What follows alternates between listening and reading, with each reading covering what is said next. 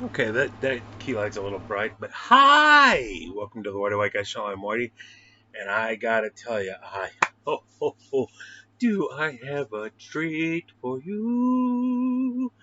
And the name of the movie is Beyond the Law. Oh my God, I didn't pull this up. I didn't pull it up. I don't really gotta, but I'm pretty sure this came out in 1992. And it is a by the numbers Beyond the Law. Okay, 93. Some sources say 92, some say 93. I don't know why. But Google here is telling me, IMDb says it came out in 93. So early 90s um, undercover cop film. It is just cookie cutter. Every undercover cop movie ever made. I just got done rewatching Donnie Brasco. Same thing. Point Break. Same thing. Every undercover cop movie that ever happened. There can't be an undercover cop movie where the guy doesn't really give a shit about whatever group he's surveilling and getting involved with. It just, I want to see that movie. I want to see the undercover cop movie where the guy just doesn't really, he's just doing his job. And then they go to prison and he's like, bye, have fun in prison. I don't care whether or not you get it in the butthole. They couldn't do it. Oh, oh. And then they took Thunderheart with Val Kilmer and like snipped some spots and put that in there. Yay! Oh my God. Let me tell you about Beyond the Law, which isn't above the law. Different movie. Probably just bad. Now I gotta go watch that fucking thing. That had Steven Seagal, however he pronounces it in current year. So, Beyond the Law, which came out in 1993, after Point Break, oh, stars Charlie Sheen. And it's a treat.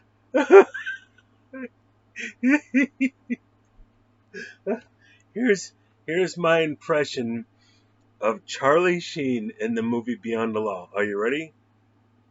Hello? I'm phoning it in. Oh, what that episode of Happy Days where what's his even name? When Home Slice is on a surfboard and jumps over an actual the shark, jumps the shark and created the phrase or the expression or the whatever, jump the shark. This is the movie that, if it hadn't already happened, would have created the expression phoning it in. Oh. So, Charlie Sheen this is like in, say, Arizona, maybe New Mexico, very deserty looking place. And he's just a street cop, if you will. Drives around as a cop. You know, black and whites, on the road street cop. And his sergeant, I'm assuming something like that, right ahead of him, is played by Rip Torn. He does a fair job, and they have a bit of a father-son, uncle-nephew kind of relationship to him in the first 10 or 15 minutes of the movie. And then there's this old Apache guy at the start of the film who starts shooting at these engineers who are doing some kind of construction because they're tearing up the land. It's his people's land and also get off the land. Charlie Sheen goes to talk to him, and then you're going to find out later is just that much of the backstory that they cover. His mom or grandma or someone was Native American. He's got a little bit of Native American blood in him. So it connects to that guy, and the guy starts telling this old story about an Indian who buried his shadow and all this kind of stuff. And Charlie Sheen is supposed to have this emotional connection that is just not fucking there at all. He sells nothing. He sells nothing in this film. and it's a by the numbers undercover cop movie. Everybody else is working their ass off. Charlie Sheen is just like, don't give a fuck. I don't care that I'm standing here talking to you and I'm getting paid to do it. I don't care. Oh my god. Wow. Wow, is this phoned in? Um so there's some then there's the sheriff who's corrupt with the bikers. At one point, Charlie Sheen's coming into the office, and Michael Madsen and some of his crew are coming out, and they're like, had this tense moment, and he's like, better get out of my way, and Charlie Sheen gets out of his way. They walk out the door, and then the sheriff says something about the old Apache guy that's degrading to Native Americans, so Charlie Sheen shoves him against the wall, and it's like, you, A, there's nothing Native American about Charlie Sheen. There's nothing to buy there. With Val Kilmer, somehow, someway, I have no clue about Val Kilmer's heritage, but you can almost kind of buy it somehow. Just something about him. I could see that. I could see he's got, a grandpa or something that's, a Cherokee or whatever the case. Maybe. Charlie Sheen, nothing. And he might even have some Native American. I don't know. But there's nothing about him that even remotely suggests that. And it's this part of the story that just doesn't fit in the least. So to defend Charlie Sheen, what he's doing makes no fucking sense at all. So I can get why he's phoning it in. Oh, but he's phoning it in. He's phoning it in. And so, okay, so he gets fired as a cop by that sheriff, and then, how do I not? It's my guy. He gets a visit from a guy, a suit from the Attorney General's office, Courtney B. Vance, who's an excellent actor and does a fair job here. It's hard to do a great job here for anybody, so it's fair. This is not a good movie. I'll get to it. It's got some charm. There's some moments. There's some fun. But this is not a great movie. So nobody's crushing it. They're trying their best, except for Charlie Sheen. They're trying their best. But this is so by the numbers. It's the upteenth time in the last 6 months they've done this freaking movie. And then they shoehorn in the Thunderheart story arc as well. Not for real quick, if you're not familiar. Thunderheart is a film that I believe had come out by this point with Val Kilmer, where he's got his father was Native American, but he looks like a honky, and he's in the FBI. He gets sent to a Native American reservation out west. There's been some murders. He's there to investigate, and he discovers corruption amongst the FBI, the local authorities, and some guys in the Native American tribe. A bunch of people get killed. He breaks the whole thing open. And finds his Native American heritage. They make it work in that movie. Same movie. Basically the same movie, different government agencies and different law enforcement agencies, same movie. But him and Graham Greene, who's a Native American guy, that relationship worked. You bought that. They become these bickering brothers, these two guys, and you bought that. And the pseudo love interest that was going on, you could feel it. The actors made you feel that these characters were real and this situation was real. Charlie Sheen was on the phone. Oh, it's so bad it's good. You have to see it. It's so good in the worst way possible. Could be. Oh, so everybody involved has to know this is Thunderheart meets Point Break meets, and Donnie Darko hadn't come out yet, but the actual Donnie Brasco thing was no doubt in the newspaper. We've done this 500 times by 93, and here we go again. So I can understand why Charlie was on the phone the whole time, but god damn was he on the phone the whole time. Woo! Okay, so you got Rip Torn. He's now out of the movie. That's his first last only scene. Courtney B. Vance shows up and is like, I want you to come on and come undercover to expose drugs in a very broad sense. Just here's some money, go expose drugs. Go find expose the drug dealers. Okay. And he sucks at it. And that's the believable part of the film. He's awful. He just looks like an ex-cop. He's not selling this in the least. So he's sitting there at a bar one night drinking away his sorrows because he's about to get fired from this shit after getting fired from being a cop. And then Leon Rippey, I'm pretty sure I got his name right. Let me just be fair, because he's one of the better parts of this film. Yeah, Leon Rippey. He shows up, and he's not a biker, but he fixes motorcycles, and he's in the ecosystem. He's in the culture of the bikers, but he's not with a crew. A crew. So Leon Rippey's like, dude, you are awful at this. And then Charlie Sheen's like, I'm an undercover narcotics officer. And Leon Rippey's like, really? And he's like, look, if you actually want to do this, you're doing it wrong. Let me help you. And Charlie Sheen's like, why'd you help me? He's like, Leon Rippey's like, I just wanted to be a cop. You know, deep down inside, even though he's like a guy, a weird eye, and he looks, fuzzy. He looks sketch. Nice guy, just come up from bad circumstances type of thing, a little off. But he brings him in, and they build a motorcycle from scratch, and there's a nice montage where So if you like motorcycle movies, this is actually a solid motorcycle movie because there's a whole 10-minute scene where they're building this motorcycle, and in that time, Charlie Sheen's got a thick beard, and now he's got on a proper biker jacket. Now he looks more the part. So good movie making there. Oh, sweating, it's summertime. So Charlie Sheen gets in with this gang, the Unreppy, led by Michael Madsen, of everything fame, most notably probably Reservoir Dogs, Mr. White. I think it was, yeah, Mr. White, the guy who tries to light the cop on fire, who plays a great sinister character. He's doing a fair job, but he's trying to act off Charlie Sheen, and that's where the problems are. So from there, again, by the numbers, what's going to happen? They become buddies, just like Keanu Reeves and Patrick Swayze, and then he gets into drugs, and towards the end,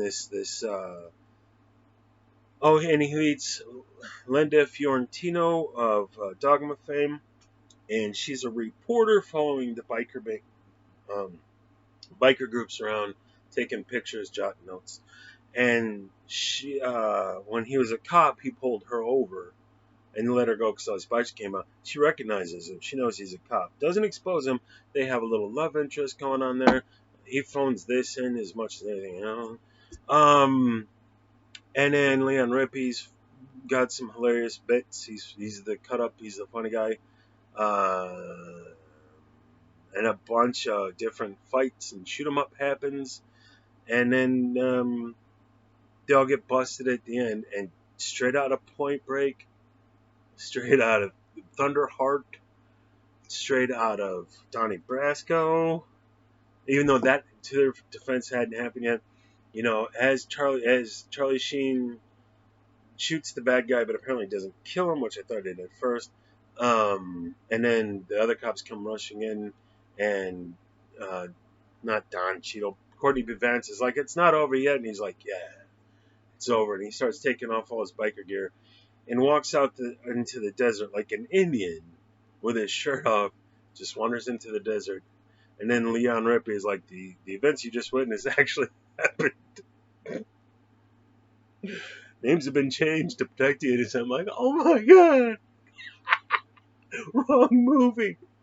Wrong, what are you guys doing? Wrong movie. Oh, I so want that last scene to be Charlie Sheen's idea. I want it so bad, but I have no clue. It was such a horrible choice. Wow.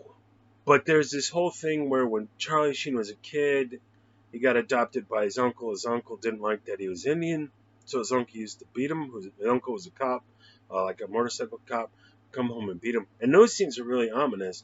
And then as a kid, Charlie Sheen shoots and kills his uncle in self-defense, totally understandable. But he's haunted by that, and you see flashbacks of that throughout the movie. And it doesn't work at all. Oh, it is so out of place. Wow, does it just do nothing for the story in the least? So when he's walking off like an Indian into the desert, it feels so off and completely unearned.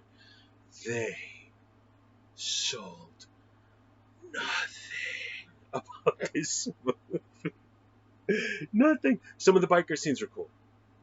So take all that Native American crap out of there because it just doesn't fit here. And the whole best, he's just a cop. He's just a cop, and he busts the bad guys, and it's a biker thing, and it worked with most anybody else in the lead. And I gotta say this, I can finally say this, I gotta defend Keanu Reeves because I've always pulled my ass cheeks open and shit in his hair about how bad his performance was in Point Break. It's hard to ignore him in Point Break, but that's his half breath acting performance. In terms of the emotion in the moment, he's fantastic. And what really, really, really works in Point Break, because the story could be so B movie, so quick, is you buy his relationship with Keanu Reeves. You buy his relationship with Gary Busey, and to an extent Lori Petty, the love interest. But you buy those things, and so you care at the end when he jumps out of the frickin' airplane with no parachute. If Charlie Sheen did the same thing, you'd be laughing your ass off because you wouldn't believe for a second he had any emotional connection to anybody in the movie at all. Oh, so as an individual, there's moments where like you buy he's upset, but you don't buy any connection. When he gets upset with Courtney B. Vance, you're like, I don't buy that you're actually pissed off at that guy for anything. It's the same thing. The walls are closing in. And I just got done watching Donnie Brasco, and they do that.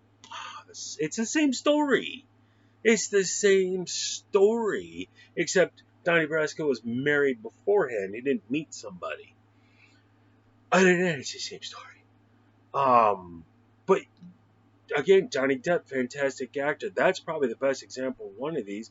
Is you believe his connection to the Italian mobsters. He's falling in with these. These are his friends now, but he's got to send them to prison. And you buy that, and then there's scenes where they get in the car, and he's wondering, "Am I ever getting out of this car again?" He gets in the car with those guys, and I'm about to get whacked. Is this the last thing I'm ever doing? And it's time and again, and you just feel the tension, you feel the walls closing on this guy. And so you can understand when he freaks out. When Charlie Sheen freaks out, it's like, I don't buy. I logically understand why you're upset, but I don't buy your emotion in them for a second. He just doesn't sell anything, any of this. It still wouldn't have worked. This would have been at best a fun little B movie on the side that had some charm to it. It's got a little charm to it. It's got some. There's one little clever bit where he's got one of the first scenes. He wakes up to the alarm clock. He pulls off his blankets, and at least he had sweatpants on and not underpants or something. But you just had this ominous cop flashback to when he was a kid. And then he looks down and he's got a little turtle, and the turtle's not moving at all. And it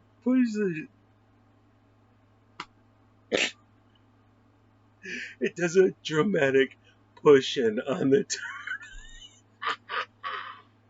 and the music scores up like this is this intense moment. And it's just this little turtle sitting there in its cage.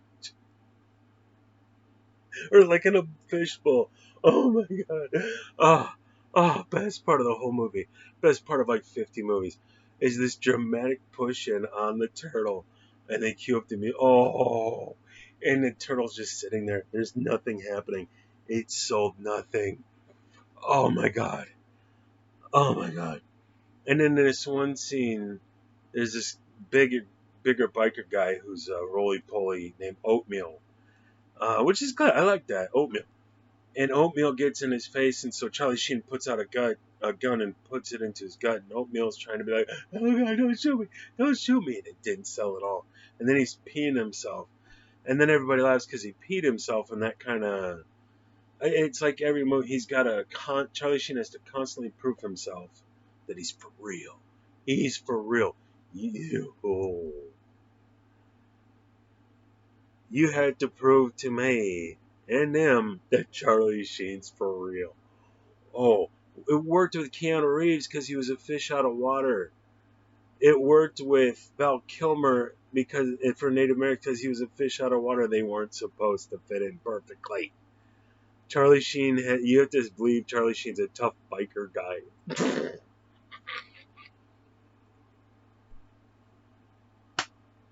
And it doesn't work at all. It doesn't work at all. Oh my god, it's glorious. It fails so wonderfully bad. How do more people not know about this gem of a horrible movie? And Michael Madsen can play ominous so well. Like few people, Michael Madsen can play a scary guy. And here you're just like, he couldn't do it. Why? Because he's playing opposite Charlie Sheen, so he's got nothing. If it's Steve Buscemi and Home Slice McGahee, what's that dude's name? I can't put a blank on his name. The other people in Reservoir Dogs. Madsen's great. He did an episode of Tour Duty. He was great. He did a scene with a sausage, and he was terrifying to that sausage, but not Charlie Sheen. You can't do it. You can't go A game because the guy sitting across from you is just awful. In the movie Backdraft, there's a scene where Donald Sutherland is acting off of Billy Baldwin. And it's awesome because Baldwin is awful. But Sutherland is crushing it. Rushing it. Holy shit, can that man act? But the better his performance is, the weaker Billy Baldwin's piece of shit, dog, little whiny performance feels. Here it's like you couldn't get there because the guy in front of you is just like a brick. Oh, it was so great. It was so great in the worst, best kind of way. I love it too much. So, um, but there's not a whole lot else to be said about this film other than Charlie Sheen sucked. Now, Charlie Sheen, fantastic in Young Guns, fantastic in Platoon, and Hot Shots, hysterical. The fact that he can't act made it that much funnier. Red Dawn, oh my God, was he great in Red Dawn? He just did not want to be there, and it showed so much. Wow. So, that's you. If you've seen a movie before, you've seen Beyond the Law. Leon Rippey was fun. Courtney B. Vance, good to see him getting work. Michael Madsen, still had a good time with him. There's very brief. You had Rip Torn. He was in there. That was fun, but could have used some more Rip Torn. But there's nothing else you've seen this for. Did you see Point Break? Oh, you've also seen this. Did you see Thunderheart? Oh, you've also seen this. Did you see Donnie Brasco? Then you've also seen this.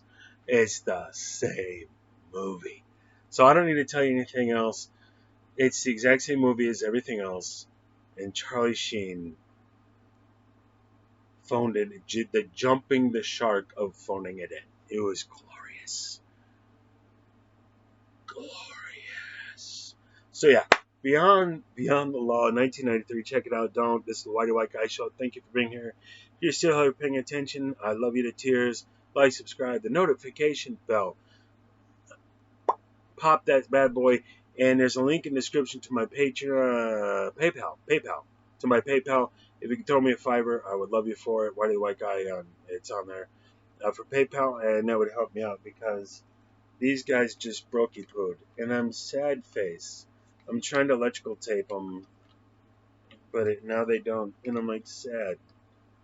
And these were awesome, and I think Rocco the Pitbull that's living with me now stepped on them, or I did, or something. But he fouled up my ecosystem, and I need to fix these. Oh, see, doesn't that make you sad? Like the poor little crying kid for just 12 cents a month, for the price of a cup of coffee. You could help the little starving kid in Ethiopia or help Whitey replace his broken tech. You know you like Whitey more than that little starving kid in Ethiopia. Help me with my broken tech. So that's it. That's my plug, and I will see you guys on the next video. I don't know what that's going to be, but I just did I shed on Jurassic Park 2 and 3. They were just terrible. Just terrible. Cheers.